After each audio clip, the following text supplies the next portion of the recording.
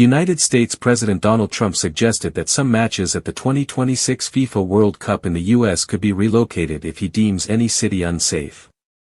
Speaking in the Oval Office on Thursday, Trump initially said the host cities would be very secure, before raising doubts about certain locations that have opposed his policies on immigration and other issues. "They're run by radical left lunatics that don't know what they're doing," Trump said, referring to World Cup host cities Seattle and San Diego, which will each host 6 games. "It will be safe for the World Cup. If I think it isn't safe, we'll move it to a different city." Absolutely, it's actually a very fair question. If I think it's not safe, we're going to move it out of that city. The 48-team World Cup will be played across 11 U.S. cities, as well as 3 in Mexico and 2 in Canada. While Chicago, Memphis, and Washington, D.C. are not among the U.S. host cities, they figured prominently in Trump's remarks about security, following the recent deployment of the National Guard in Washington. "As you probably know, we're going into Memphis, and we're going into some other cities, and very soon we're going to go into Chicago. It will be safe for the World Cup.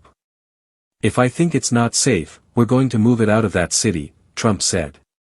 "So if any city we think is going to be even a little bit dangerous for the World Cup, or for the Olympics, we won't allow it. We'll move it around a little bit. But I hope that's not going to happen."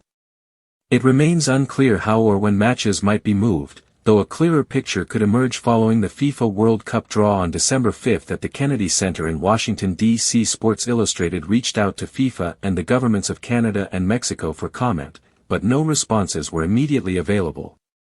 Other host cities have expressed interest in accommodating additional games if needed. Vancouver, Canada, which is set to host 7 matches through the round of 16, says it is ready to welcome more contests.